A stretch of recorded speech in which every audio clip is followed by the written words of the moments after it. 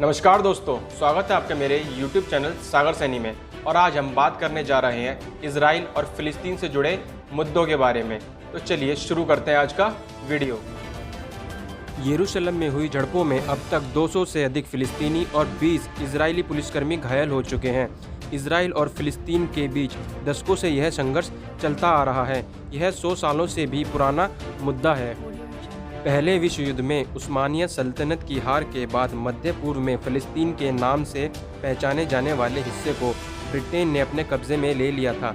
इस जमीन पर अल्पसंख्यक यहूदी और बहुसंख्यक अरब बसे हुए थे। दोनों के बीच तनाव जब शुरू हुआ जब अंतर्राष्ट्रीय समुदाय ने ब्रिटेन को यहूदी लोगों के लिए फिलिस्तीन को एक राष्ट्रिक घर के रूप में स्थापित करने का काम सौंपा। यहूदियों के लिए यह उनके पूर्वजों का घर है, जबकि फिलिस्तीनी अरब भी इस पर अपना दावा पेश करते हैं। 1920 से 1940 के बीच यूरोप से उत्पीड़ित और दूसरे विश्व युद्ध के दौरान होलोकॉस्ट से बचकर भारी संख्या में यहूदी एक मातृभूमि की चाह में यहाँ पहुँचे थे। इस दौरान अरबों, यहूदियों और ब्रिटिश शासन के बीच हिंसा शुरू हो गई। 1947 में संयुक्त राष्ट्र में फिलिस्तीन को यहूदियों और अरबों के अलग अलग राष्ट्रों में बांटने के लिए मतदान हुआ और यरूशलेम को एक अंतर्राष्ट्रीय शहर बनाया गया। इस योजना को यहूदी नेताओं ने स्वीकार किया और जबकि अरब पक्ष ने इसको खारिज कर दिया और ये कभी लागू नहीं हो पाया। 1948 में समस्या सुलझाने में असफल होकर ब्रिटिश यहाँ से चले गए और यहूदी नेताओं ने इजराइल राष्ट्र के निर्माण की घोषणा कर दी। कई फिलिस्तीनियों ने इस पर आपत्ति जताई और युद्ध शुरू हो गया। अरब देशों के सुरक्षा बलों ने धावा बोल दिया।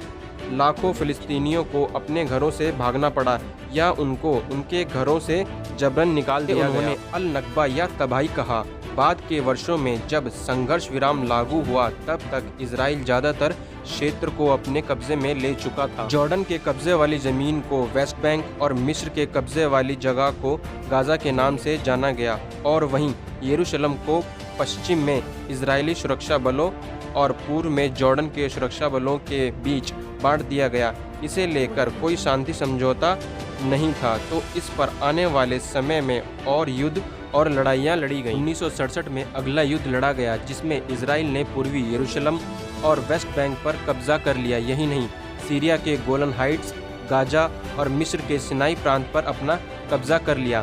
ज़्यादातर फिलिस्तीनी शरणार्थी और उनके वंशज गाजा और वेस्ट बैंक में रहते हैं और साथ साथ जॉर्डन, सीरिया, लेबनान में भी रहते हैं। इजराइल का वेस्ट बैंक पर कब्जा अब भी है और गाजा से वह पीछे हट चुका है। इजराइल दावा करता है पूरा यरूशलेम उसकी राजधानी है, जबकि फिलिस्तीनी पूर्वी यरूशलेम को भविष्य की राजधानी मानते हैं। अमेरिका उन देशों में से एक है जो इजराइल के इस दावे को मानता है।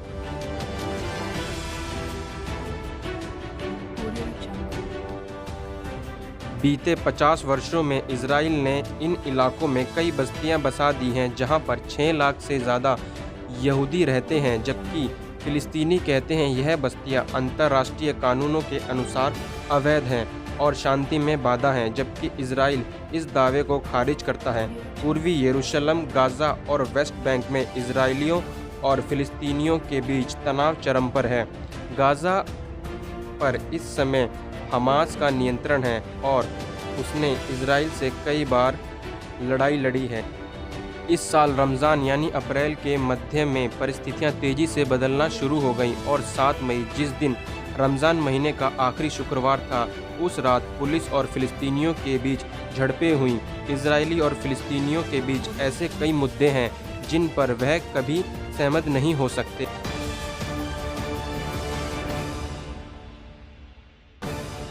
फिलिस्तीनी शरणार्थियों के साथ क्या होना चाहिए? कब्जे वाले वेस्ट बैंक में यहूदी बस्तियों का क्या किया जाए? क्या वह हटाई जाएंगी या नहीं?